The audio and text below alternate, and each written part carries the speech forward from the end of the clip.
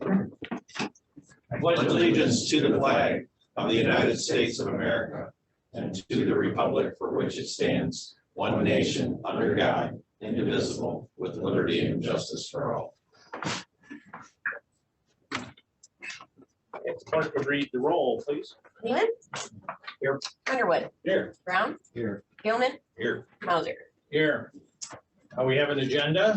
I don't see any blue pages or anything, so I guess Move to approve the agenda as presented. support and movement and support. Any discussion, comments? Anyone? All in favor? Aye. Any opposed? Interest? Does anybody have a conflict of interest to express at this time? Hearing none. Public comment. If the clerk will read the public comment rule. Any person may make an advance appointment with the board regarding road commission topics for a regular or special meeting in accordance with the Open Meetings Act. If an appointment is made, the topic will be an agenda item. The following applies to public comments. Please state his or her name and address. Topic must be relevant to the road commission. Individuals are allowed to speak once for up to 3 minutes on a single topic, which may be extended by the chair. A group addressing the board requires a designated spokesperson who may speak up to 10 minutes. The board will not act on any item from the public that is not on the agenda. Okay, is there any member of the public present that would wish to make a public comment at this time? Do we have anybody online that? We don't take, they're not the person. Oh, well, that's right. We just can't keep up with all. Just in such a state of flux. No public comment. I guess we go to item 6A, action items, appointments. I guess we have our audit report.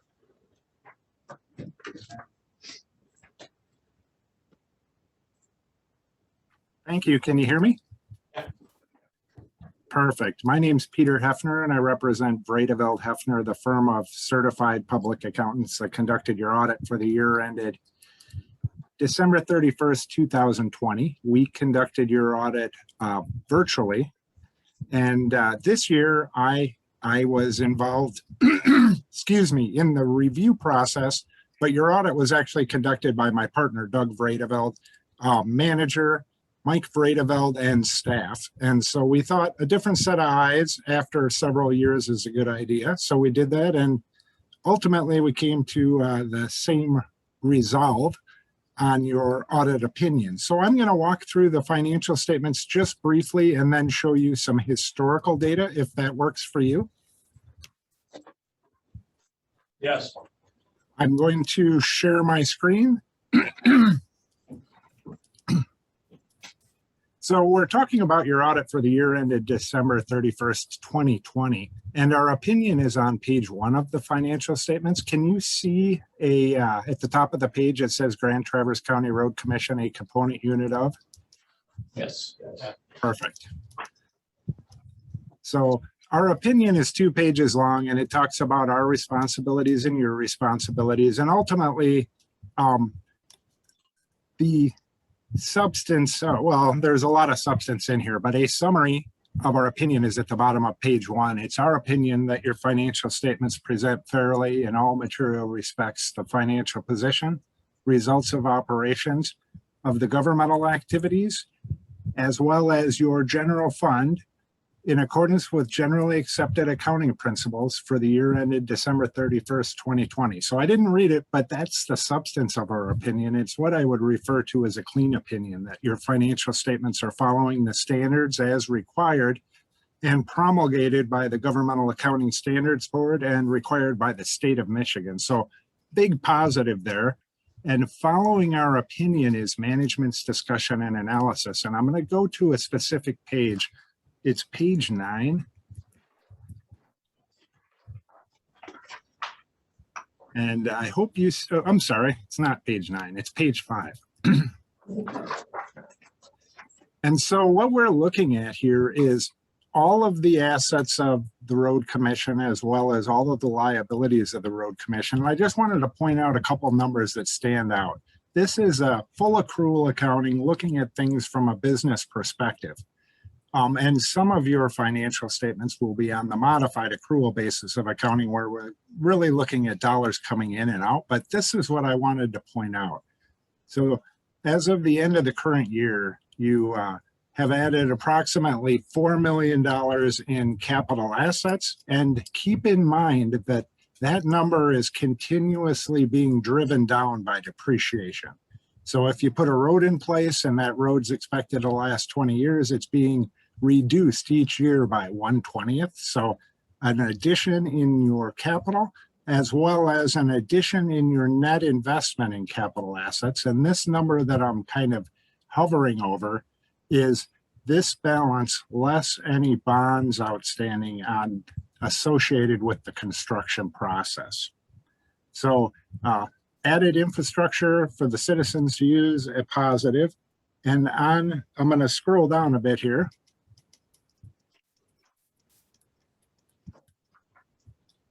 The financial statement being presented is a kind of a combination. I want you to understand it. It's on page 9. And so on page 9, what we're looking at is we're looking at your general fund operations, which exclude these capital assets and exclude your long-term liabilities. So what this column is presenting is expendable available financial resources less liabilities associated with your operation for a bottom line that we refer to as fund balance.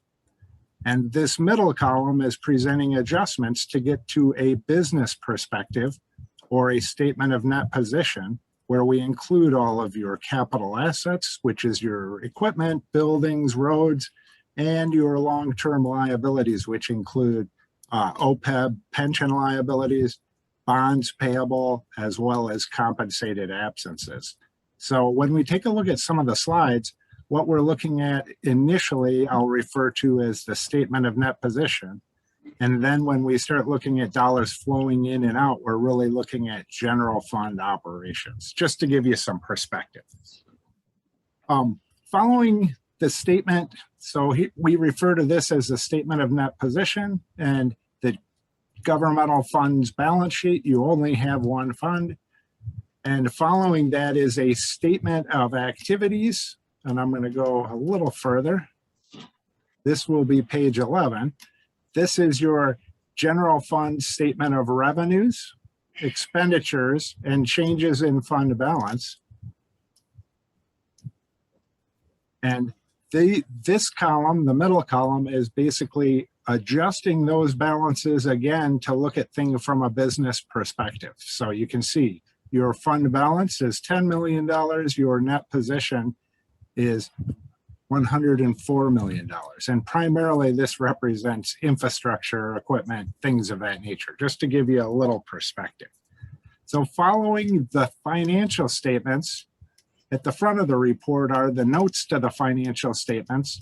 And I wanted to just point out 2 notes. I'm scrolling down to page 21. So this is the activity that occurred during the year, and I apologize about not showing you the heading. I think that's important. But so here's where you started off the year with capital assets. Here is the extent of your addition of capital assets, $10 million plus some construction in progress. So for a total of $11.6 million to end up with, I'm going to scroll down a bit, less the depreciation that's forcing that balance down each year, to end up with capital assets of $98 million at the current year. And the next page shows what liabilities do you have outstanding that are long-term. So we can see you have some Michigan Transportation Fund bonds payable, and you paid off $55,000. You paid off $700,000 on the 2018 series. So you reduced your long-term liabilities from 3.6 to $2.9 million. And this component down here at the bottom are the compensated absences and bond premiums associated with this bond issue right here. So these are the notes to the financial statements, which explain what's being included in those financial statements. Following the notes are a couple tables that I think are always just informational, and they're good numbers. So I think it's a positive to take a look at it. I'm going down to page 29. This is your management's discussion and analysis. It shows your budget and actual presentation, page 29. And what we're showing here, I'll get you some headings. Your original budget, your final amended budget, your actual, and how do they compare? And I just wanted to point out this perspective right here. There were no categories of expenditures in which budget was exceeded. So this was not exceeded by these balances.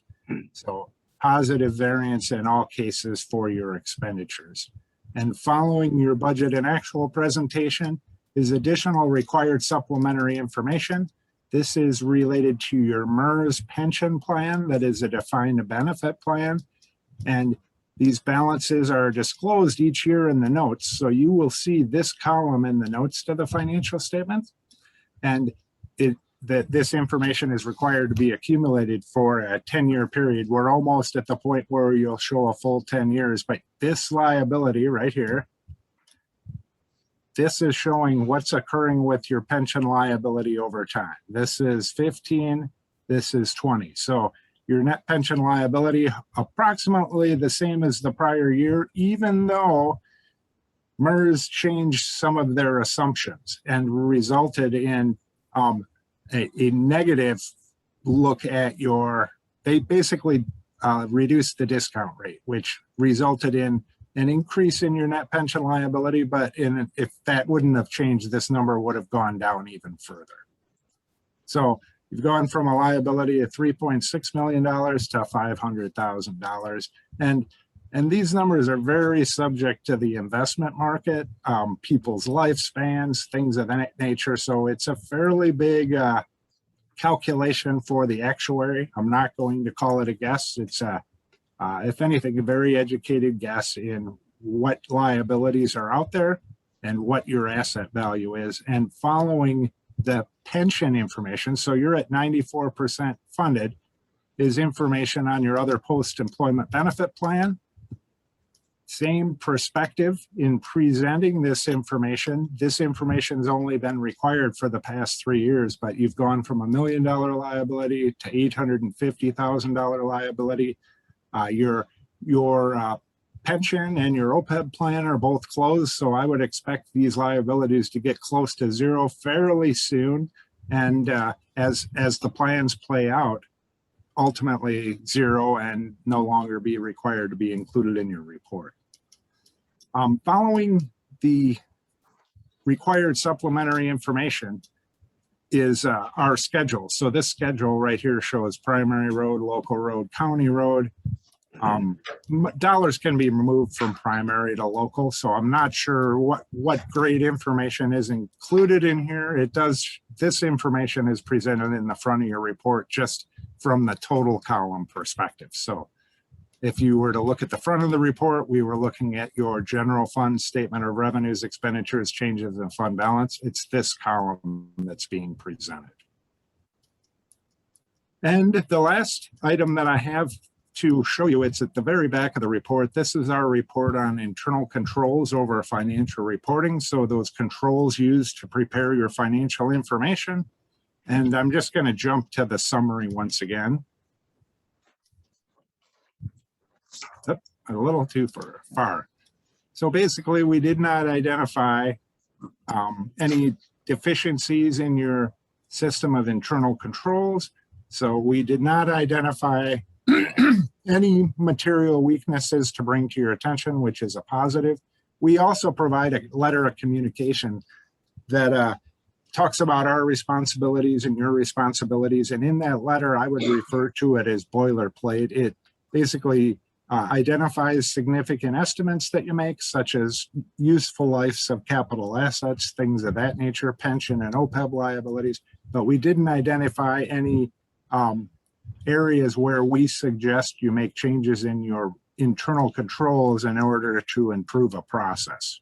So typically, probably 80% of the time, we're providing things that we would suggest you might change or look at. And in your case, we did not identify any of those items this year. I'm referring to this letter. Do you see the Bredeveld Hefner right here? Yeah, we can see it. Yes. Okay, perfect. So any other findings, typically we would identify if we saw opportunities to change processes or things of that nature. Your staffs were very competent and they have a great handle on what's occurring and how to account for things. Pretty textbook perspective of a clean audit from our perspective. And we're not performing your accounting, we're auditing your accounting and bringing information to you. In addition to the financial statements here, I thought I would just jump on. I'm going to stop sharing and then share again. I'm just going to pull up some slides. And I think that some historical information provides a little perspective. So, and I'll go to full screen on this. Do you see a graph in front of you? Yes. Yes. Yes. Okay. So here is your investment in capital assets, and it's your net investment in capital assets. And you can see that, again, this year you've added to capital assets while depreciating those assets over time. I think it's natural, but pretty big jump in the current year, given the circumstances that you're operating in with, shutdowns and things of that nature. The next slide that I have, I might have missed one. I didn't. My next slide that I'm showing are your long-term liabilities. So when you look out here, this is when some of the pension standards were implemented back in this area. And then we implemented some other post-employment benefit standards, but you can see you're squeezing the liabilities down over time. And these liabilities here are related to bond issues. So you issue a bond here and start paying it down. So I would expect this next year, if there are no new additional bond issues, that these numbers would come down. This is a picture of your revenue, and I put this verbiage on here, stacked line graph, meaning that the top line is your total revenue, and the increment between the lines represents revenue for, in this case, other. So very minimal other dollars, but you can see property taxes have grown over time, and you can see federal jumps up and down. When there's a project, there's a difference.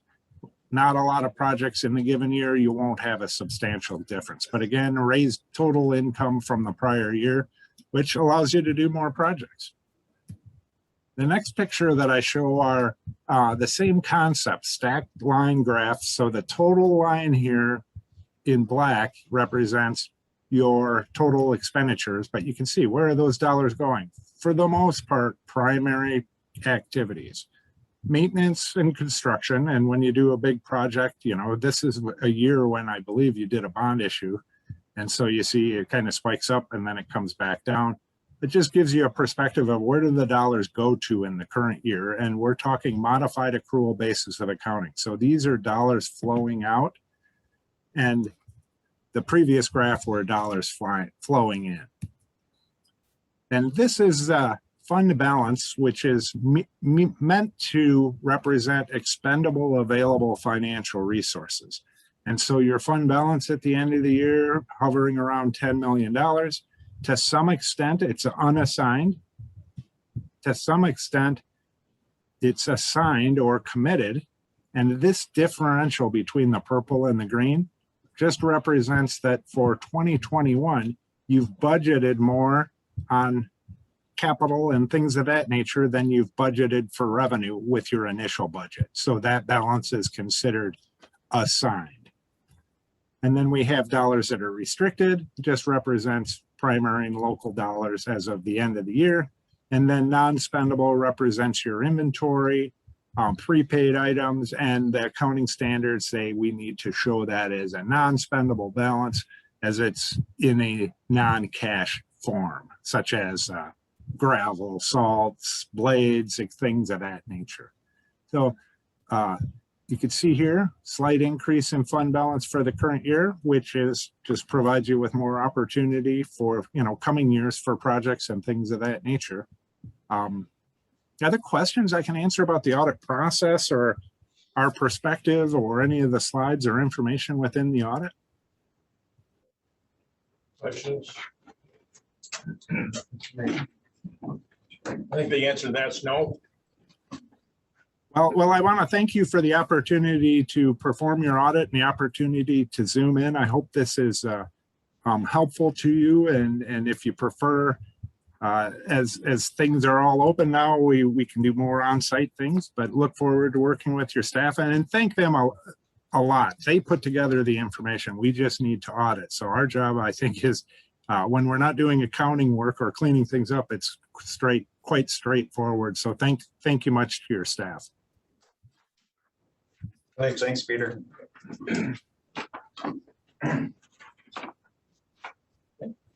Questions or discussions?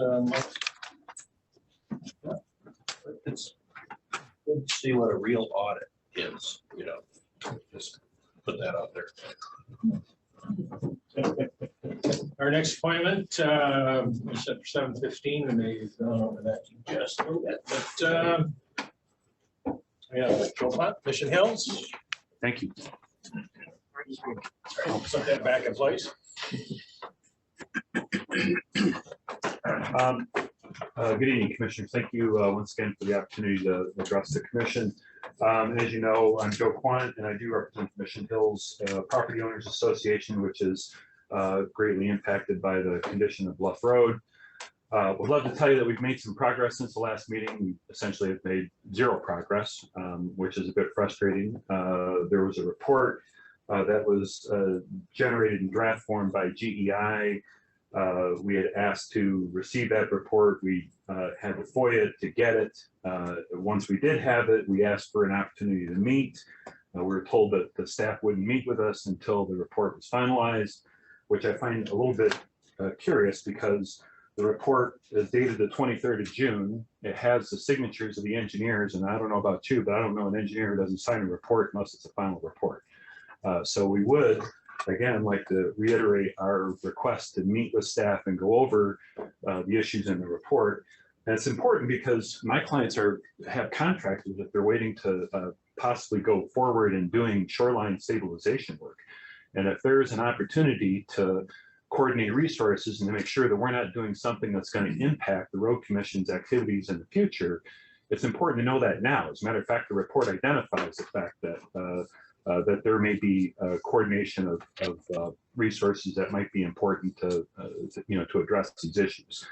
Also, we had asked about doing maintenance work on the west side of the road. That certainly appears in the report would be a productive thing to do, regardless of the conditions. If we were to go in there, trench that or do some maintenance work in that ditch, clean out the pipes at daylight out over the bluff, that can only improve the conditions. That can be done without a huge expense. We think that that's something that could be pursued, but we're just not getting the opportunity to be heard here. So I think that it's important that that we'd like to move forward to phase 3 and phase 4. It looks like we're just not making a lot of progress here. We would like the opportunity to continue to work productively and collaboratively with the commission. Right now, I think it's all the more important because there is infrastructure money out there under the CARES Act, and also we became aware of the fact that there's now money available under the storm provisions that under federal legislation that is basically targeted towards a recognized concern related to the elevated levels in all the Great Lakes, and makes money available to Great Lakes states to address issues with respect to shoreline erosion and things of that nature. So I think that there could be resources available, but we have to be further down the road to have feasibility analysis, cost estimates. I think that there's a recognition of the fact that this is an effort that's going to have to be worked on collaboratively with everyone. That's a hard word to say at 7 o'clock. To work with everyone towards getting this project moving forward in a way that's going to be to result in a productive resolution for all of us. So again, we're just trying to be part of the dialogue, part of the process, part of a productive solution. We're a little bit concerned that that we're being kind of lost in the shuffle here, and there seems to be a narrative from staff, and I don't mean to cast aspersions on anybody, but it seems like there's a desire to backfill a result, which is, well, let's just abandon the road. And that is just not going to be something that's going to be acceptable for the township, for all the people who live on that road, for the public that is being served. It's important for us to try to find a solution, and we can't get to that until we get to the next step in the process. Be happy to answer any questions you might have. Yeah, are we still down an engineer? Yes. Okay, so we're still down an engineer. And have we seen the report? Have you?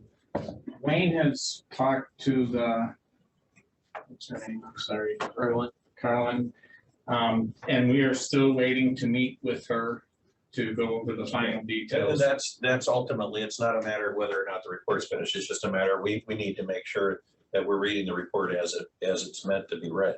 And the fact that we are down an engineer, I'm not going to try to make excuses, but there's realities to deal with. We've got a number of projects that are ongoing that requires the time and the effort of our engineers, of staff. And we're trying to make do. We've actually had to pay a little bit to come up with somebody under contract, in fact, from OHM to kind of fill in the meantime. So right now, staff is stressed. As far as abandoning the road, a lot of things get talked about. That is an option. It just is. I mean, it may not be the option that you want, but that is an option too. But we're going to try to, we've been working with you. We've got you on the schedule. We're committing time, to the Mission Bluff, the homeowners. But I think in the meantime, we need a little patience too. I understand it's summertime.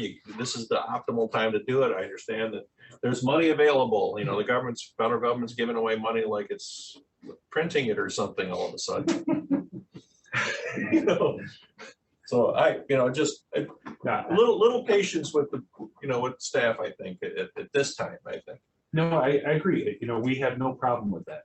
And maybe if we had a little more open dialogue, we would have heard that and understood that was the challenge that was the impediment.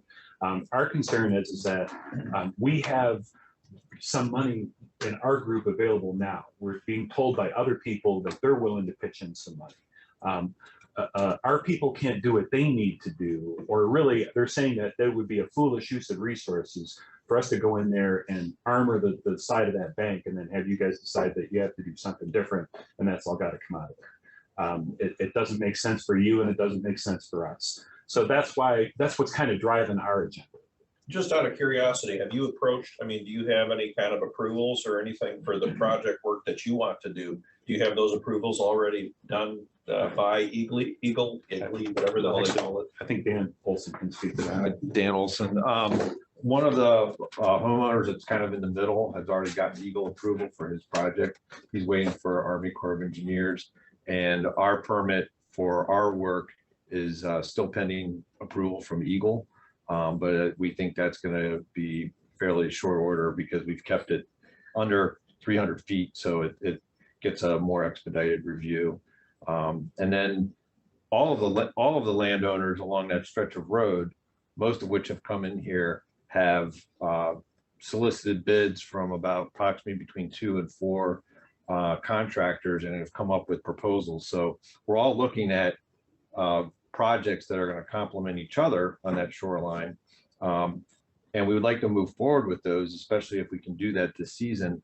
The challenge is we just want to make sure, as we read the GEI report, is that going to be something that enhances the condition of the road and stabilizes the shoreline?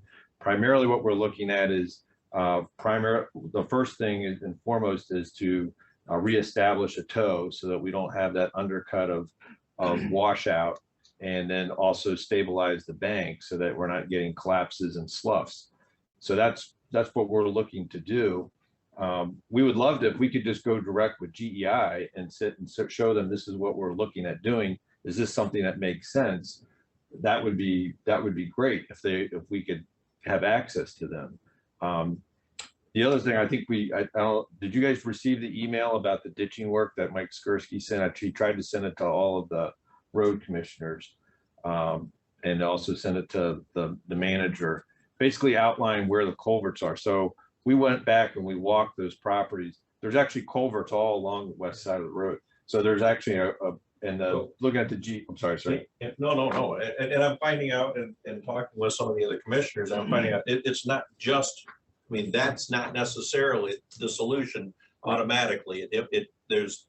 It's another problem, the water that's down Right. below even further. In fact, even the high levels of water on the lake isn't necessarily the problem, other than it just helps to wash away what falls down. Right. And so, I mean, as far as your work's shoring up your property essentially, because I mean, there's what the road right away is, and then there's what is owned by your association, right? And then the other property owners. Yeah, and the other property owners do have, they have in cuts that are already in the road right away. So what the scope of work they're looking at probably is going to approach or get into the road right away, because they've already had collapses that are beyond their property line of the road right away. So we're looking at that.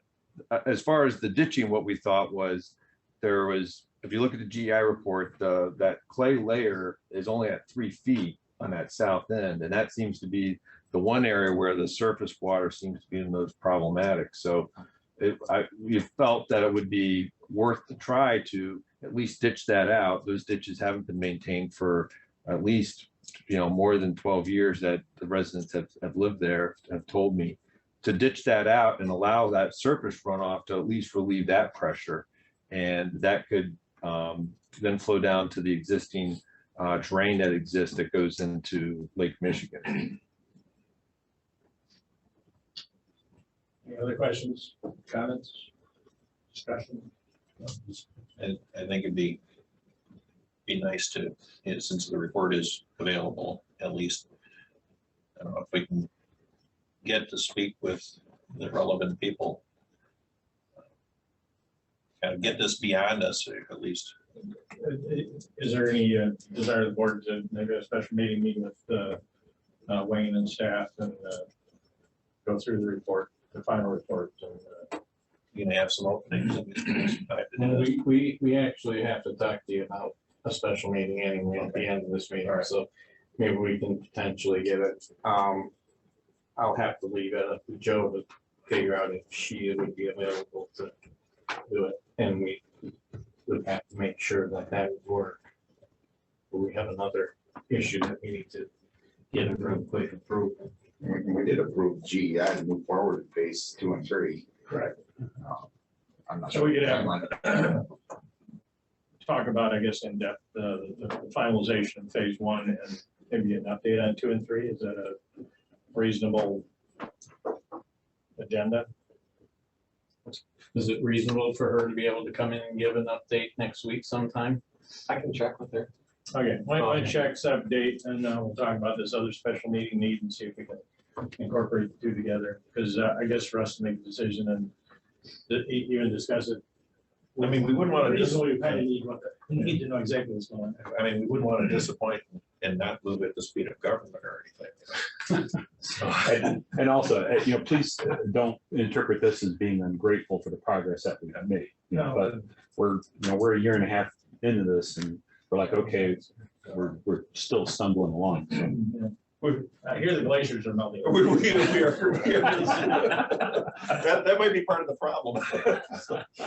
I'll just add, like the GEI input would be just to put eyes on what we're looking at would be beneficial, because they could probably very quickly say, this is, you may want to incorporate some other things in your project. Do they have the plans that you have already put in place in terms of what's being permitted for right now with Eagle? We, each contractor, we're doing the permitting ourselves for our property. Okay. The other contractor or the other property owner is having the contractor submit that. So just as far as a perspective, for her to take a look at if there's something that. Yeah, I think there's a couple things here. I guess one would be for the board to become a little more versed and familiar with what the engineers are doing for us as Right. as our agents, and then I guess I guess I'd be comfortable to let staff and our GI then look at the Mission Hills proposals and have that give and take. I don't know if we need to sit in on that.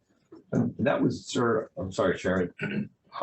That was actually discussed of talking to Wayne, putting eyes on what we wanted to do, just to see like, okay, we don't have a problem with that. That would be fine. That's kind of what we're looking for, is just someone to be able to put eyes on what we would like to do, to be able to say, yes, this is, and aligns with the overall solution of, if it went that way or We're not not. just gonna wreck what you're doing right now. That's Exactly. kind of the idea. Sorry to interrupt. Seems fairly straightforward. Yeah. I mean, our documentation is public, yours is private. It's yours to share or not share, but I'm sure seems to be a two-pronged thing. One is for us to become better informed on the findings and so forth of the situation. That secondly, for staff to meet with Mission Hills and look at what they're proposing as far as what our interpretation is of what we would look for if there are conflicts. Okay, well, we'll talk about that when we talk about, I guess, this other item for the special meeting, see if we can coordinate it. Thank you. We'll go from there. Our 7:30 appointment. Goes up. Go with Jim. We're gonna hear all about the public meeting. Yeah, that was one of the things I wanted to talk about. Anyway, thank you for letting me come in person. It's a pleasure to meet you all finally, after being under contract for over a year. I've been attending every one of your meetings, but virtually. And so I've seen your faces, but you haven't seen mine. And I wanted to, most of you haven't anyway. I wanted to come and make a personal appearance, and I kind of like the in-person meeting. So, and we budgeted for it. So I plan on coming up more often. It's a nice drive, despite some of my difficulties on the way up. But okay, so what I want to do is give you an update. I'm going to put my Wayne hat on for a minute. Maybe I'll be doing this more than Wayne will be for board member anyway. So what we've been in the last month, we've primarily been focused on the public meeting that we held last week, the 14th. We were very sensitive to the lack of negativity that we've seen so far, which has been unexpected. We fully expected to hear some negative comments in some previous meetings that we had, especially with the environmental groups. We met previously with the Pell group. We met previously with resource agencies, bring them up to speed. Our last round of LAG and environmental group, we showed them the alternatives that we have. And we got nothing as far as negative comments back from them.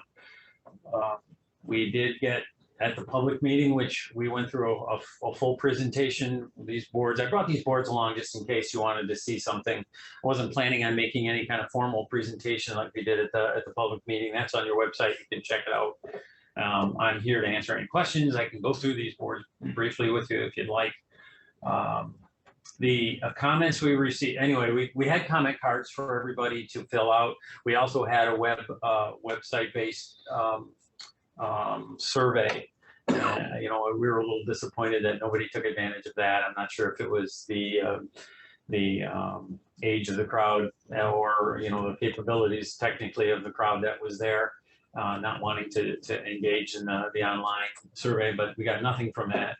We had comment cards that we handed out. I apologize. I did not count the number of cards. I did count the number of people, and I was looking through my notes, and I don't remember how many there was.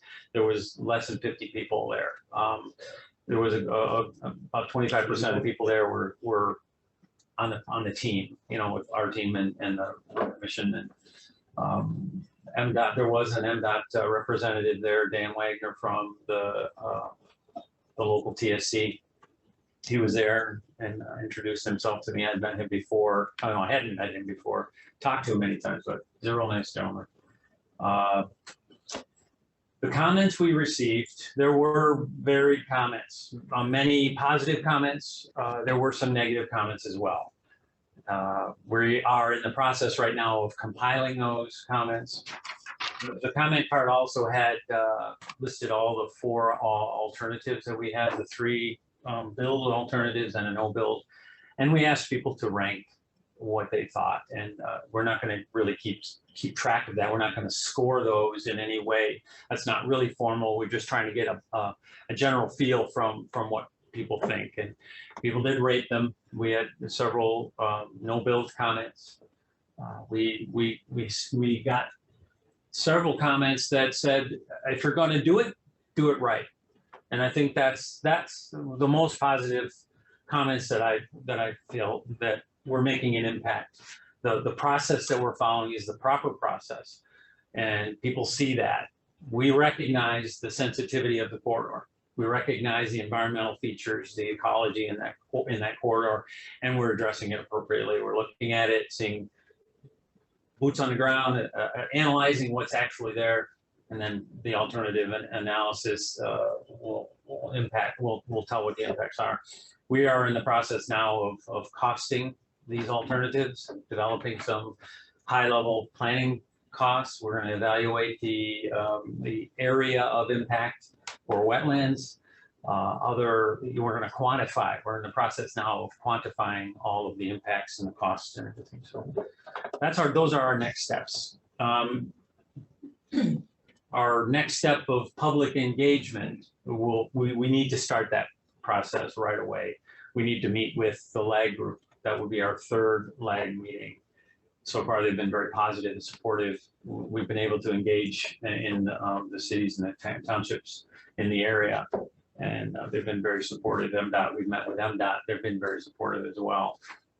Federal Highways, we met with them early on. And, it was one of the issues of the delays that we've seen. It just took a long time for them to gather their thoughts and comments for the purpose and need.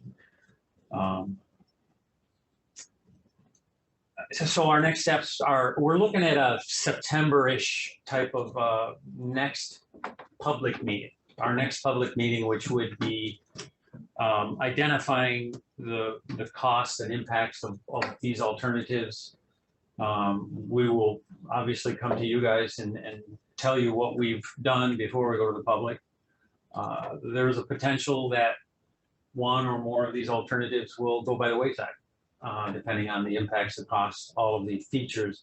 We're preparing a matrix, an evaluation matrix that will help us weed through the positives and negatives. And we'd like to, it's possible that we'll all agree that some of these will go away. Maybe not. It's not unheard of to finish the process with several alternatives before we move into the NEPA process. So anyway, these boards are here if you want to see. I'm here to answer any questions. I think I've talked about what we did. I talked about what we're going to do. And I'm open to any questions. Would anybody like to see a quick review of the boards? I guess we can hold them up. Yeah, I brought them along. Let me at least show you what we got. This got a few minutes here looking at that. Yes, I won't take long, I Yeah, promise. no, I mean, I talk rather fast. This board is basically the constraints. It shows the environmental features in the corridor, all the way out in the study area, which is up to US 31, M37, over to Keystone, up to South Airport Road and down all the way to Biter. This shows the boots on the ground kind of evaluation, and we looked at this area too because we know that in order to do this project, we're going to have to come from here all the way over to US 31. So this board just really identifies the study area and the environmental constraints. Here are the generalized 3 alternatives we're looking at: the Hartman-Hammond alternative, the what we're calling the Sabin Dam alternative, because the Sabin Dam, it was right in this area, and then the southerly route is the Cass Road alternative, the bridge being the existing new bridge is down here, whether that be an expanded version of what's there, a second bridge to complement that to allow for additional capacity. But anyway, these are generalized. Each one of these we made a little more a closer view. The Hartman and alternatives is got variance because of the way it connects to US 31 and crossing this highly sensitive this forested wetland up here. These red are what you've heard us talk about as fence. These are the highest quality wetlands that basically are no touch features, and you'll see in the Save and Dam alternative, there's one relatively close to where we're looking at. And allow me to interject a little. No problem. During the meeting, I thought that your personnel there, they did a much better job of explaining the fen areas than I had heard before. And it also, the way that this particular, the little jog down on the red, why that is preferable to the other one because of the cost of going over the fen on the top of it, for example. I mean, that kind of. The fen is down here. Yeah. But there's some sensitive areas up top. These are relatively high quality forested wetlands. That's the other. We don't really want to go through these with dirt, cover them up. This magenta alignment would be a bridge basically spanning the escarpment, and realistically would probably present the least environmental impacts because it would just be piers. It'd be a relatively long bridge, but there'd just be piers in the ground, and so it doesn't provide much environmental impact. But it being a long, high bridge, very expensive. So this alternative, this variant would be is likely to be the most costly. We're looking at that right now. We're just starting that process right now. This one would dive down a little bit, shorten the bridge, and goes through a narrower area of the wetland. So this is less impactful environmentally and be cheaper as well. Over here is variance to attach. There are great issues on US 31, making connecting somewhere difficult. If you noticed, all three of these alignments come together right here at Silver Pines Road, and that's because there's somewhat of a plateau in this area. And we don't want to introduce something that becomes unsafe. Cars going downhill and having to stop at a new signalized intersection. We're introducing something that we don't feel is real safe. So there's a plateau in this area that we are looking at taking advantage of. These other variants, this one is basically an improved geometric of what's already there. This dark purple. And it doesn't, the negatives to that is it doesn't solve the issue of the backup and close to Airport Road. This one, there's some great issues with this one that we have to look at. I kind of like the way this comes in and cleans up the intersection, but again, there's great issues here, serious great issues. And of course, the idea of this one here, we take advantage of right of way that already exists and land use that's already there. So this, from a right of way standpoint, this portion of this would be the least impactful. But then we dive down into the bison farm, basically down in here. So that's an issue that has to be evaluated there. The Save and Dam alternative.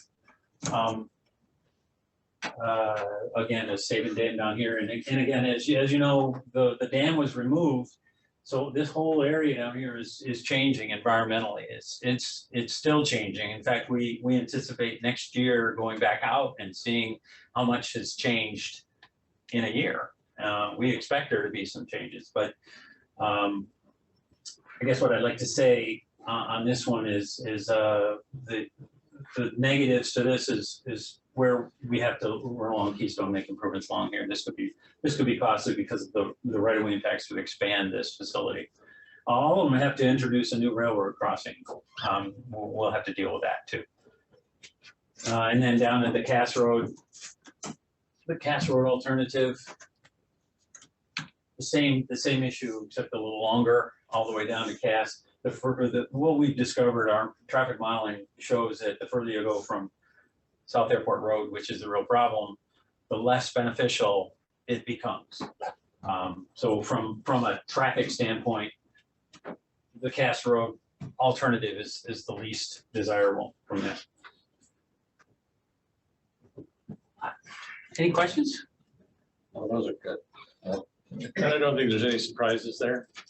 Yeah, and then that last point cannot be understated though. Right. The ones where it takes you a couple of miles out of the way or a mile out of the way anyway, well, that defeats the whole purpose. Why are we spending money on It it? creates another funnel somewhere Yeah, else. that's all. You know, I was very surprised to hear people actually come out and say, we like this alternative.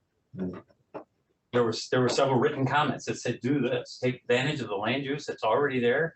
The development will occur, you know, as it was planned to. I think we heard that from the township planner. County's held the stub out across from Hammond for some time. And in fact, they were talking about selling it a couple of years ago and they decided not to sell it.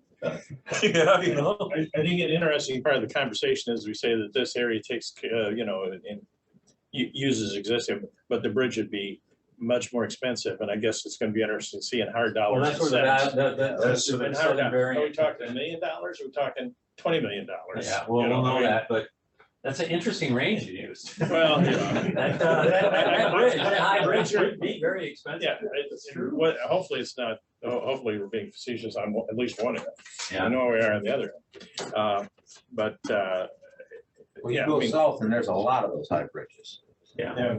to span bayous and whatever. Yeah. I mean, there's a lot of them. It's Causeway not- almost. We could call it the Boardman Causeway. Yeah, you could. You put a name on it. We'll put Bill Mauser's name on it. No. I've had a couple of suggestions of what to name the bridge. I'm not going to repeat. Well, didn't they name the Cass Road Bridge? Isn't that what the Robbins Bridge? The bridge is, yeah, the Robbins? Jack Robbins, Yeah. yeah. Which if we did that route, we'd probably wipe out his family farm in gratitude. Yeah. Anyway, any additional questions? I'm here, and you're likely to see me again. And I kind of like the drive and seeing faces. So thank you very much. If there's nothing else. Yeah, Thanks, we have a Bill. bridge, but no home. Is there any? Well, to live with all with grit. I'm gonna quietly try to pack up and go if that's Sure. okay. No, That's we're, fine. not Easily offended to go to. Item B, the consent calendar. Consent calendar is used to expedite business by grouping non-controversial items together without discussion. Request by any person present to remove any item from the consent calendar for full discussion as agenda items are automatically respected. The action noted in parentheses for all items remaining on the consent calendar are approved by a single commission action adopting the consent calendar. The manager recommends the following items be adopted. 1, minutes. 2, payroll. 3, accounts payable. 4, financial reports. And 5, reports and communications. Okay, is there any items that any member of the board would wish to see removed? Any member of the public or anyone else, I guess, would like to see an item removed? Hearing none, I guess then we just need to Make a motion to accept the consent calendar as presented. So we have motion and support. Any other discussion? If not, I guess we'll hear a roll call. Underwood, Yes. Brown, Yes. Gilman, Yes. Lehman, Yes. Mauser. Yes. Since there are no items removed, that takes care of item C, takes us to D, the Paradise Township purchase. I was at the Paradise Township meeting last week, Wednesday, immediately, well, not quite immediately, very close to following the east-west focused hell. And they are willing to sell us the property. They want 30,000 for it, which I think is pretty reasonable for the 15 acres. They want to have it set up so that there is our road coming in is more than just our road. The road that we would build to get in would be an easement for the schools, because the school is planning on building the second school south of us. And so they would be able to, for buses only, use the route to that school off of 113, which would keep them more out of the village, which is one of their things that they are trying to do, because this is not a high school, this is going to be people actually being bused. And so the idea behind it is, you know, as we would need to have this as an easement, it would end up being more than 15 acres. The 15 acres would be what we get usable. And so we would have that road, but then would be, that we would build would not be counted against our 15 acres. That would just be us to get into our property, and we're gonna need it effectively right about where they want it anyway. It's right across from the entrance to the Northland Foods. And it is a straight shot down, avoiding the natural gas easement that goes all the way through the parcel. It would be just to the west of it. I think I sensed a couple of questions. No, I'm mentally picturing for you. Oh, okay. As far as the road, will it be a publicly accessible road or simply? Just for us and the buses. Okay, so it'll still be a private drive. Yes. It's not, I mean, if our people need deliveries down there or something, obviously, you know, we would have people coming in and out. But the school's main concern is just simply to be able to get buses so they don't have to run buses through the community. So it won't be mom and dad coming to pick up the little ones or anything like that. Now, my only concern is how do we enforce that? That's gonna be my concern. You know, what do we put in there if the school doesn't live up to that agreement and allows people to keep coming and not stopping it? That's my concern, because that's real. It's a service. School day could be a mess. It's a But we do have service. that now in Frankie Road. It's a service access. That's all that's gonna be. The West Junior High thing, and there doesn't seem to be much commotion there. Well, Parents don't try to get in there for months. Yeah, that's, there is a bus only. There's a bus only lane, and it really is, and it could kind of congest there where It's people would appropriate want to sign. sneak in. It's a nice sign. Yeah. that would be my only concern, because that's, Well, and you know, you understand that, you know, the majority of the time that we're down there, it is winter. right. And when we're going down there in the winter, we're going down there sometimes 5 o'clock in the morning. We're gonna be long gone before anybody's coming in to go to the school. And our guys are gonna be going 12 hours. Now, yes, if they had a bunch of people coming in and out, in theory, they could potentially be in our way as we're trying to get out. But I'm for not us to concerned get about in- the bus traffic, because they've only got 30 buses. The bus traffic I'm not concerned about at all. That'll work fine. But I live out there and I know what goes on out there. And I'm concerned about people thinking it's gonna be a nice little cut across to get to the high school and get to the middle school. How do we monitor that? I Well, live there. I know what goes on. I see it. The idea from talking to both them and the school is that, you know, there would be no directional way to get out other than to come right back out, and they're not gonna have a parking lot back there. It's just gonna be buses coming in. Well, I'd like to see that in writing, because I don't believe that for a second, because those parking lots are all gonna be interconnected. Once they get to the high school and that, I don't believe that. I don't care who said that. I don't believe that for not a heartbeat. I don't believe that at all. Well, They're lying to you. I'm gonna tell you that right now. I'm telling you that right now, because it's gotta connect. They gotta get in front of the buildings to drop the kids off. no, would be to this side that they would be coming at would be on the back side of the building for the buses to drop off. And it's still a parking lot in the driveway. What's the standard of the road that's gonna be built? I mean, is it gonna be It's gonna have to be wide enough for us to use, so it's gonna be 26 feet wide. Of course, we got two things here. One is we're buying the property from the township. The township's just asking us to give that to the school, but the township doesn't have any authority over the school whether they do it or not, as do we. So it's kind of, even if the township says they can't use it. The easement can be, can be written to be for buses, for the purposes of busing. And we can have that researched by Carrie and make sure that the easement is covering us. Put signs up, I guess. Yeah, put up signs. I just, Yeah. right, you are, but. Well, you put up no litter Have more- signs and people litter. You Yeah, have stop signs, people drive through them. right. Is it totally inappropriate for us to try to help the community to keep the mess out of downtown, that there's some way we can develop the drive as a road and still not have any problems? We share this little road section with a zillion businesses over here, and it's not a problem.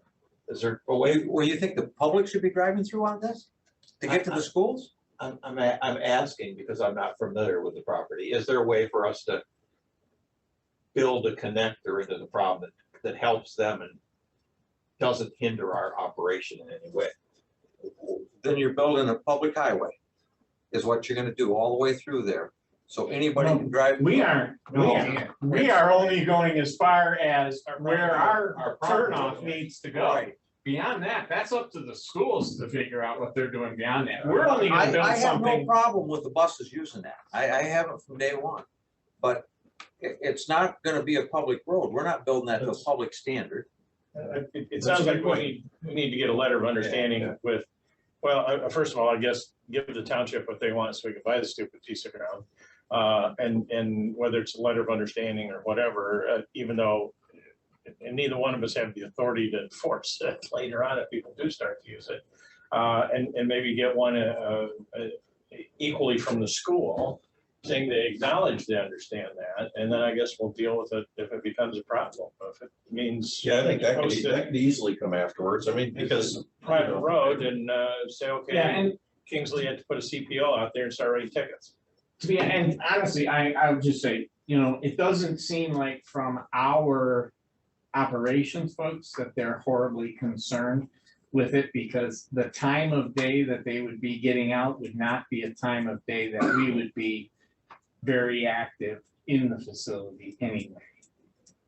So we would be in and gone before they start, and we would be, our guys would have filled up and been out plowing and salting. And, we're gonna be coming through at night then also, so.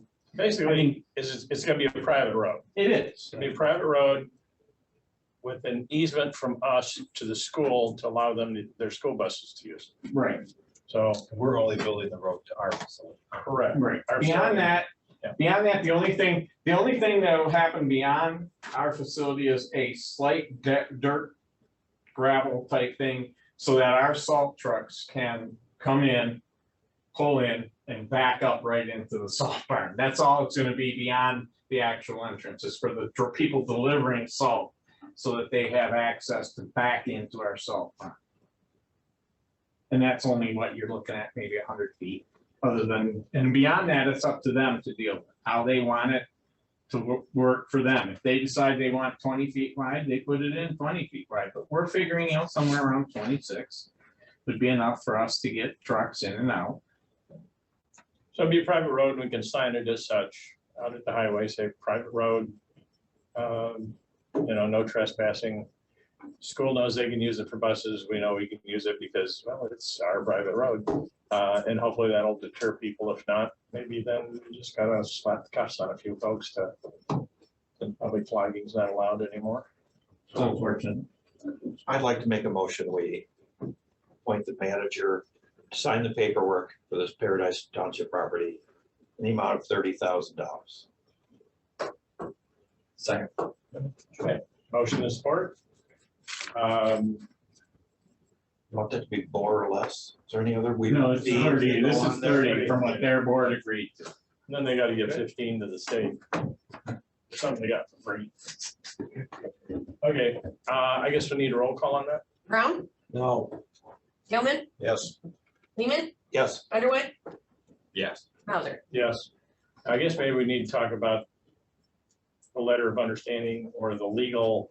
And we will work on that. We'll work with Okay, Carrie, so so we I have a guess- meeting with Carrie coming up. We're sort of unanimous in directing that the proper legal documentation be drawn up Clearly, that everybody signs and agrees that it is a private road and only be used for certain specific purposes. clearly, we have no problem with that, with the buses. It's just a matter of. I have no problem with buses at Right, all. exactly, Period. Point exactly, blank. That's it, exactly. none. But it's just we. But we're not building a We highway need to set some for the public. conditions. It's not a public road. Yeah. It's not gonna be a public standard, They and we need to can make sure of that. They can gate it right at the end of our program. Yeah, but possibly have to put in the letter of understanding that it becomes abused by the public and not enforced by the other parties, that we leave the gate open to put a gate there that will close. There you go. Yeah. That's my, I have no problem with Just buying expensive teeth. the property, but if we don't have our ducks in a row, I have a problem with that. We just wanted. He knows how many tractors are gonna abuse that. Oh, yeah. Just want to make sure we have teeth in it, that nobody can come back a few years and say, well, we didn't know that. We didn't agree. Exactly. We want to make sure that everybody is on the record in an enforceable document that says private road, buses only, period. Because the enforcement's gonna be up to the school. It will be, yeah. You mentioned backing into the salt barn. Is there any way we can just, I mean, because from a traffic, from a driving and vehicle accident perspective and everything, is there any way we can do a pull in, always a one directional thing and then side load? I mean, It's possible, but the way we want to have this, where all of the heavy stuff is farthest away from public, we're putting our office building up at the farthest north portion of it. So for them to come around, it may work, we don't know. But that's the only thing that we have even considered, is that would be the only exception. it's just a thought, Yeah, industrial accidents, as far as vehicles are concerned, it always happens when they're backing up. Backing is dangerous. Yeah, so. well, I mean, yeah, and that we haven't got even to the point of having a site plan put in place yet. So, we're gonna be talking about that very quickly here now also. Good point, which brings us to our next point. Now that we've agreed to buy land, I guess we need to see some finalization on site plans. And also, I know there's been a lot of discussion with Grand Traverse Construction as far as signing a document and then a contract, and we need to get that finalized. But first, I guess the draft and the weeds brought to us to look through and see what they are, budgets or whatever layouts, and what the agreement actually is. And then see if we can proceed with it as quickly as possible, so we start to purchase materials. That may take a special meeting even, I guess, I don't know. Well, this may end up, by the time all is said and done and everything is ready to go, it may be coming up on the August meeting. Because we're still gonna have to get all of the stuff drawn up by Steve, who's gonna have to then present it to the board at the township to say, this is what we want. This is the area we're talking about, and then they will then say, yes, that works, that's exactly what we had in mind, and then we'll go from there. Yeah, because we need to pull everything together, because at one point, there's conversation about, they had a specific building layout that they'd used before, so it wasn't gonna, we're not gonna reinvent the wheel, it's gonna be kind of a cookie cutter, not only the salt barn, but the building itself Yeah. and so forth, So so. we changed we had to change the salt barn that they projected because it wasn't high enough for us to do what we do, so. That'd be disappointing. Yeah, coming in, trying to dump salt, and you're taking out stresses on the first day. You can't do that. So how soon will the school want to put that there? Years. They aren't even at the point of 100% sure that that's what they want. They gotta go up for a bond. Okay. And they haven't done that. Yeah, and they, It might be a tough sell. yeah, and especially being the fact that they have the schools already in town, which one of them, yes, is quite old, but is it the elementary school that's nearly new? The elementary one is the K-4 is in town, is the newer of the two. The other one was built in 62-ish for that one, and then the high school was built, probably in the 90s or something like that. Yeah. So yeah, the K-4 is the newest one in there, and then the high school is the So- newest building. And they're still, from everything we've been told from them is, they're still discussing, is this even the right location? They just township wants to make sure that if in fact that is where it goes, which is what they're leaning towards. They have some topography issues there on where they want to put that middle school. It's some real serious grade issues. Yes, So there are. it may not ever transpire where they think they want to put it.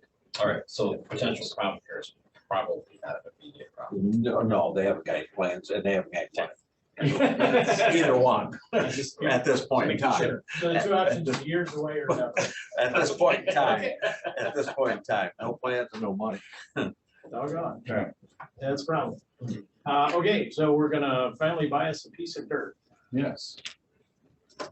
Informational items. Well, before we get, let's start out with the special meeting. We have bids coming in next week. And we would like to meet either Wednesday or Thursday. We can do it first thing in the morning. Thursday for me, I'm gonna travel, I have to travel on Wednesday. Okay. 7 a.m.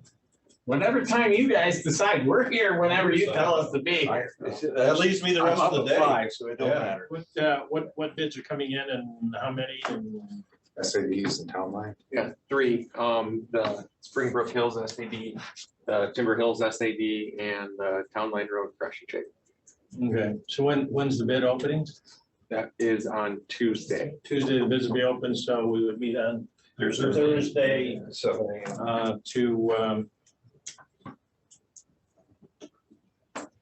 And at the same time, in that meeting, we would also like to discuss the findings of Long Lake Township on what their cost potential would be.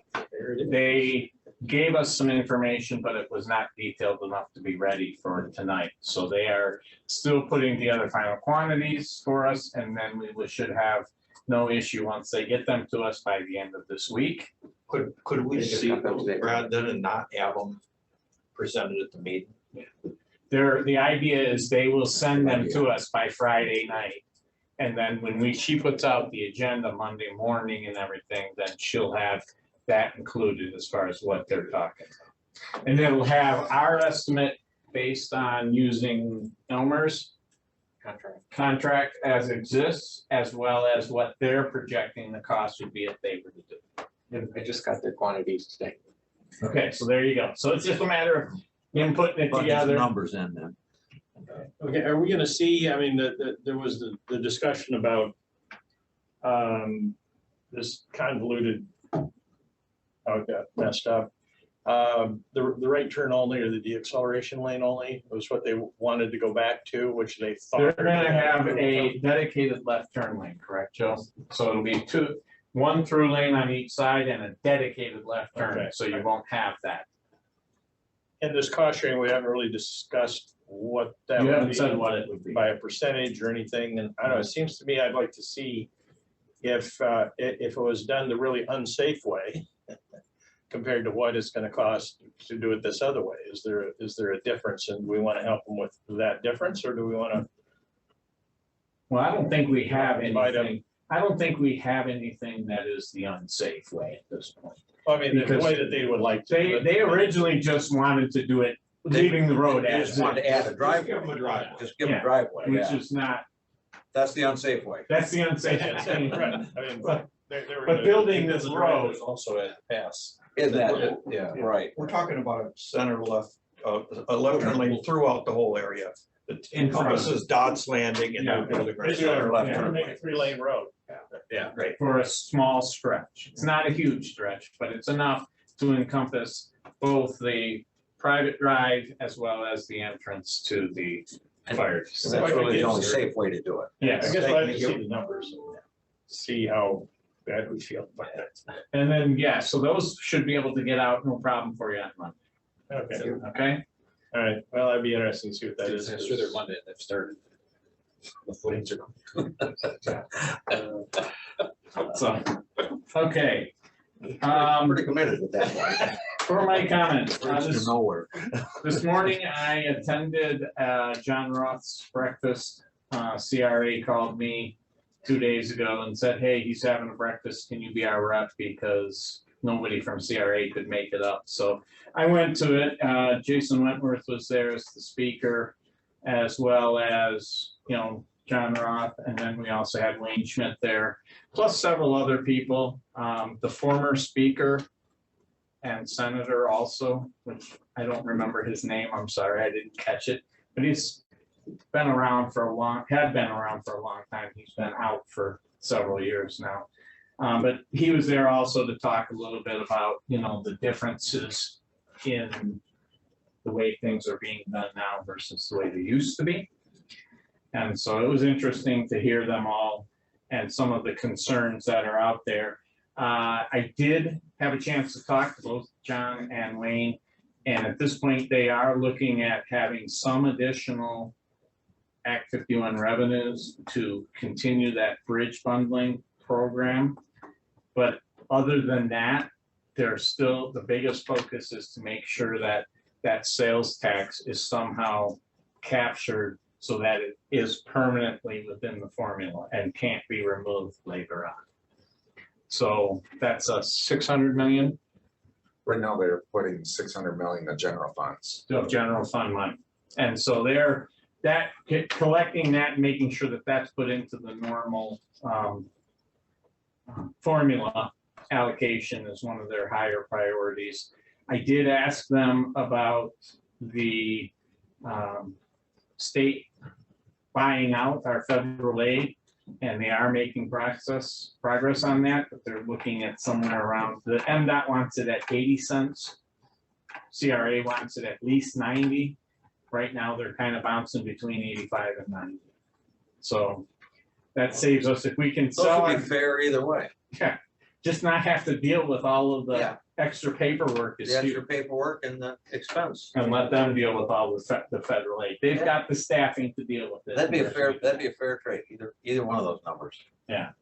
So, so they are working on that, and they're hoping to have something good on that, good for us on that soon. They also, I asked them about, you know, some shoreline funds, and when I spoke to Wayne, he said there's nothing in the works, and they don't plan on having anything in the works. So, he said at this point, the governor wants nothing to do with that. She only wants to focus on local parks. And so they can't even bring that to the table. So. Public recreation, or public safety. We I are, don't know, we you are know. the Great Lakes state. Why bother? Yeah. Yeah. So it is what it is. Yeah. Just to clear the whole shoreline apart. There you go. The people in Leland would argue with you about that. Well, Yeah. there's always naysayers. Yeah. You try to help Sorry. them out, they have no gratitude. Went down today, just before this meeting, and also last week, right, while I was in Kingsley, to talk about Kingsley Road, south of the school, all the way down to the railroad tracks. The neighbors in the area are very interested in upgrading the road. They did not take our original ballpark estimate of $10,000 per individual if everybody within the subdivision paid also. That was a little high for them. So we don't know what their overall thing is going to be. They may just come back, and the township may come to us and say, okay, give us a more detailed estimate and where does this come? But they, at bare minimum, want to do a gravel road upgrade, which is something we've done many times in the past. It'd be more expensive than a typical gravel road upgrade because they have no ditches. And that's the big problem. Yeah, there is none. The road sits in water all the time. So that's the biggest thing that they have a problem with. So we're working with them. We're going to be meeting with them again real soon here to get some more information back and forth between the homeowners and the township and everybody so we can move forward with that. August 3rd at noon, we're doing our safety day. And at noon, we're gonna have our little luncheon that comes with the safety day. And immediately following the luncheon, we're gonna do a sandbox type thing where anybody, even you commissioners, can jump into a piece of equipment and learn how to, you know, damage the roads. Or damage the equipment. But we're gonna have the opportunity for all of our people to at least see how these pieces of equipment work, and also get you guys out to see the new equipment that we have and see how well some of our guys are progressing in their skills as they use this equipment. So again, that's August 3rd. We're gonna be ready. The safety is all morning for them from 6 till noon. And then they're gonna have the lunch, and then we're gonna get some of the people that don't normally use the equipment on the crew will also be using the equipment. So that's good. We are fully staffed for the first time since I have been here in mechanics. We actually found a mechanic that we got hired, and we now are up to a fully staffed mechanic. I think his name is Jason Lefke. Is not going to be happy with us because we took his best mechanic. But hey, it's good for us. So That's a competitive environment. it is a competitive environment. It works for county. So, but yeah, so he is going to start on Monday, and we're very happy to be fully staffed with mechanics because that means we have much better coverage in the winter. And he's been working with, I don't know what he is that a trucking company? He's forestry mainly, Oh, so he's been working with a Okay. lot of heavy equipment. And we have some people, we've got the last couple of hires that we've hired have come from histories at other road commissions and have done other things since then. But one of our mechanics that we brought on about a month and a half ago, he's like performing like he's been here for years and years and years because he was used to doing it. And I believe he was from Misaki County. So we're doing pretty good there. It's still short of some people. We just offered a training position to one of the field ops people to be our new engineering technician. So he's going to be starting on Monday as an engineering technician to help us take some of the load that we have not been able to cover in the past. It's going to take him a little while to get up to speed, but we're trying to fill the engineering staffs back. We thought we had an engineer lined up, but she was only going to be available for about 20 hours a week, which is just not practical for what we need right now. So we're still working on getting an engineer, but the technician is taken care of. And that is it for me. Okay, anybody got any follow-up questions for Brent? Okay, that would take us then to commissioners' comments, questions, and future agenda items. I got a couple. Walton Road, when's that gonna open? It should be open tomorrow. Tomorrow? I thought it was getting close, but I didn't know that close, so tomorrow. Yes. Very good. How about, I've been across the bridge. It looks like we're getting ready to pave some approaches, We and will be paving approaches and guardrail. And if the guardrail was sitting there, so I'm thinking probably within the next week or so. Yep. Is that Yep, Garfield Road, anticipated next week. paving next week?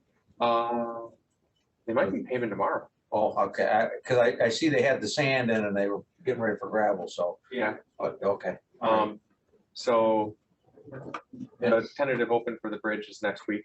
Next week. Okay, what about the one on River Road? Right now, the First River Road, the West Bridge. Yeah, the West Bridge is open. And the coffer dam is, and they've begun dewatering, and they're gonna start chipping on the piers and doing pier repairs and column repairs On the East Bridge? on the East Bridge. Okay. So that one has been That's a ways out then. couple months. Yeah. But the deck has been demoed and everything's off site, and they're moving into placing concrete. So, Perfect. And then I'll follow up with you after the meeting on if you've got information for me. You do? Perfect. We've been getting some commentary from Whitewater Township, and that is actually, it's kind of a manager thing, but they're a little impatient with our branding schedule right now. And so they've gone and spent some of their own, or approved to spend some of their own money now, I guess. Yes, but we beat them to the punch. We finished before they ever signed anything with them. Did we? Good. Okay, so it's, okay, Yes. all right. And I had spoken with Commissioner Nelson, Darrell Yeah, Nelson. there.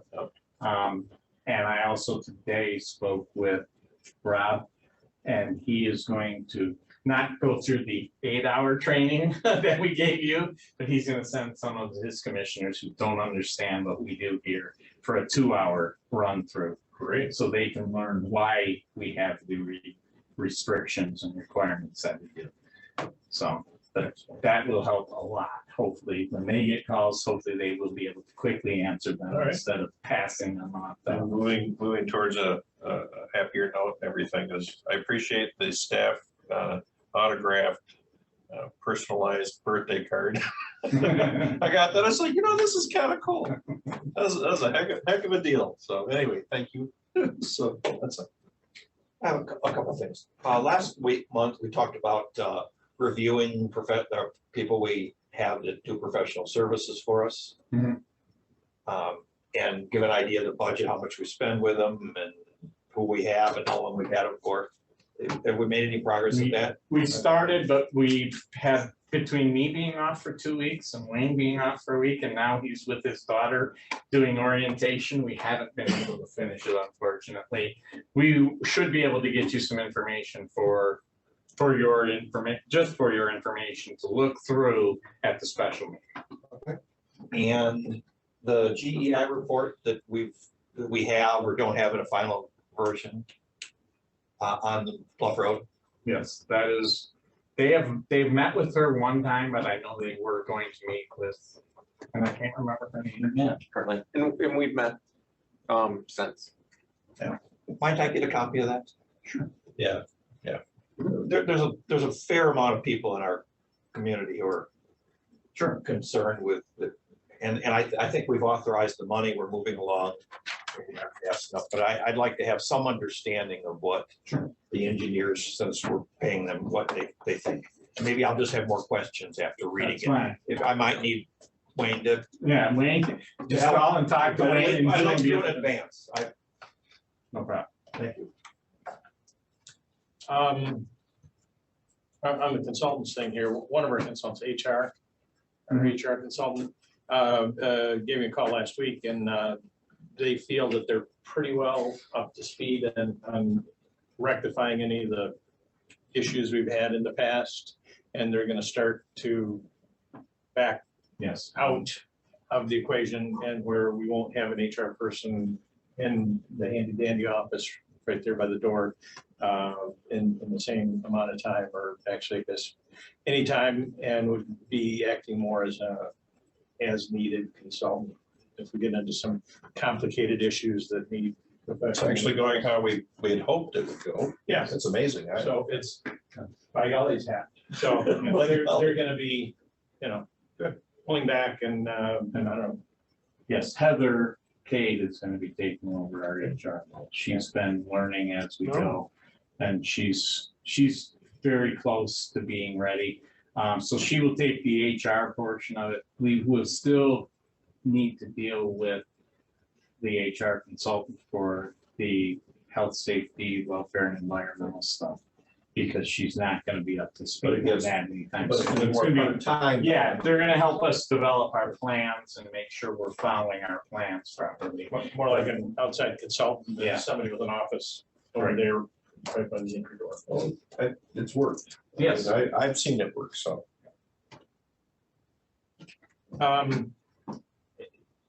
The River Road Bridge, the plaque. We talked about that a couple of times, that supposedly it was saved. We have it. We have it physically in our hands. Yes. Oh, wonderful. Because when the guy called me, I said, oh yeah, we'll take care of that. We'll find it, we'll get it, we'll save it for you. So I guess we just need to touch base with them and let them know that it's safe and sound. One of the residents on McCray Hill Road gave me a call, and I guess he's got some concerns about the corner of McCray Hill and Silver Pines. There is a couple stop signs there, but he's indicated that people blow right through there, like, I was wondering if we can take a look at it and see if there's something we can do, possibly upgrade signs or put a cross traffic does not stop or something that might avert some kind of an issue. I know we've done that in the past. Yes. Put on bigger And signs. the biggest issue there is it's a fairly low It is. priority thing for Garfield Township to send there, or whoever it is. Well, sends yeah, it I mean, out he knows we're not gonna fix McCray Hill Road. there. Yeah. So, The concerns were a safety issue on the signage and people. Right, but they have to assign their officer to do enforcement is what the issue is. Because we've done this, when I first started here, we had an issue out there. And Garfield Township sent their enforcement officer out there, found out that everybody running the stop signs lives on Silver. So. Well, and that's, yeah, I mean, that's how. That's usually how that works. Yeah, no, I mean, that's the case. We've had a couple of accidents where the people who blew through a stop sign and had a horrible accident have gone through that sign 500 times and lives just down the road. Yeah. But I guess I think we should take a look at it and maybe as simple as put a couple of signs there that say cross traffic doesn't stop, or make some effort that we understand that there's been a complaint and we do care. Yeah. Honest. A caring man. We are, yes. We all are. Caring commission. We wouldn't be here if we didn't. And I've got a couple calls from people wondering what the heck has happened to the lights on Airport Road. I don't know if there has any, but there's been a number of concerns about the sequences have changed and a lot of backups. Is that Well, no, legitimate? we've timed them so that now instead of just having a backup on every single side road, yes, sometimes airport does get a little bit backed up. The biggest thing is we went from leading to lagging left turn lanes. And so that is, a few people have had a hard time figuring out the fact that, you know what, I need to be ready to go and go. I'm one of those people that I've always thought that the South Airport Garfield intersection was the best light arrangement that existed up until now. And I'm willing to give it some have some patience, because we've had Parsons Road closed for a period of time. Now we've got, all of Hammond Road's closed at 4 Mile. I mean, all of these things affect, and it's summer. So, okay, let's let all this shake out. Once the roads open up and we start seeing some patterns, maybe we look at it again. But and the biggest thing is, these are early on timing patterns that are not by any means scoop help. These are just simply where they need to be based on traffic volumes that were collected. And the volumes are higher because, with the 8th Street also being closed right now, everybody is shooting down Garfield to avoid it and hitting up and going around. People that used to just go down 8th and then pop out. Where's 8th Street closed? The bridge there off of, isn't that 8th, right by the board, by the county? 8th is, there's one right there. Boardman and the 8th. But a cast on. There's 3 bridges closed right now. Well, I think it was just last week, they either restricted or closed down to produce more on 8th. Yeah, we would be having a heart attack right now. But they're doing it on all 3, I believe. Yeah, all 3 roads are currently closed within the city. Yeah. And so there's a lot of issues that people are avoiding town and they're coming down Airport. And it doesn't help the fact that the timing on US 31 is not dealing with it either. So all that Bluetooth information too. Well, right now, I will tell you from what we have seen and what we're recognizing is because people can't go 4 Mile, they're coming up 3 Mile. Well, you get to the midpoint of the airport on an evening, you're stopped. You know how long it takes you to make it up to 31? 20 minutes, 25 minutes. I've never seen that light so busy. And then they turn right and they're going up to 4 Mile and it's a crawl there, but as soon as you pass 4 Mile, it's wide open again. So it's just, there's so much construction everywhere. Shame on us. And the state. Did everybody get a chance to see the semi that went into the roundabout on 37? No. He went straight instead of following the roundabout, and it had not been filled or anything. It was just loose sand. Oh, and he was stuck in there for about 3 hours. People trying out for the Darwin Awards. That's a little too fast. Yeah. Not paying attention to this. Probably on his phone. That's, probably. Well, Okay, I guess that's, anybody else come up with another thought? Yeah, we gotta do that, yeah. Okay, then we would go to public comment. And it doesn't look like we have any public comment. All right. So. Adjourn. Support. We are adjourned. I'll second it. Carly?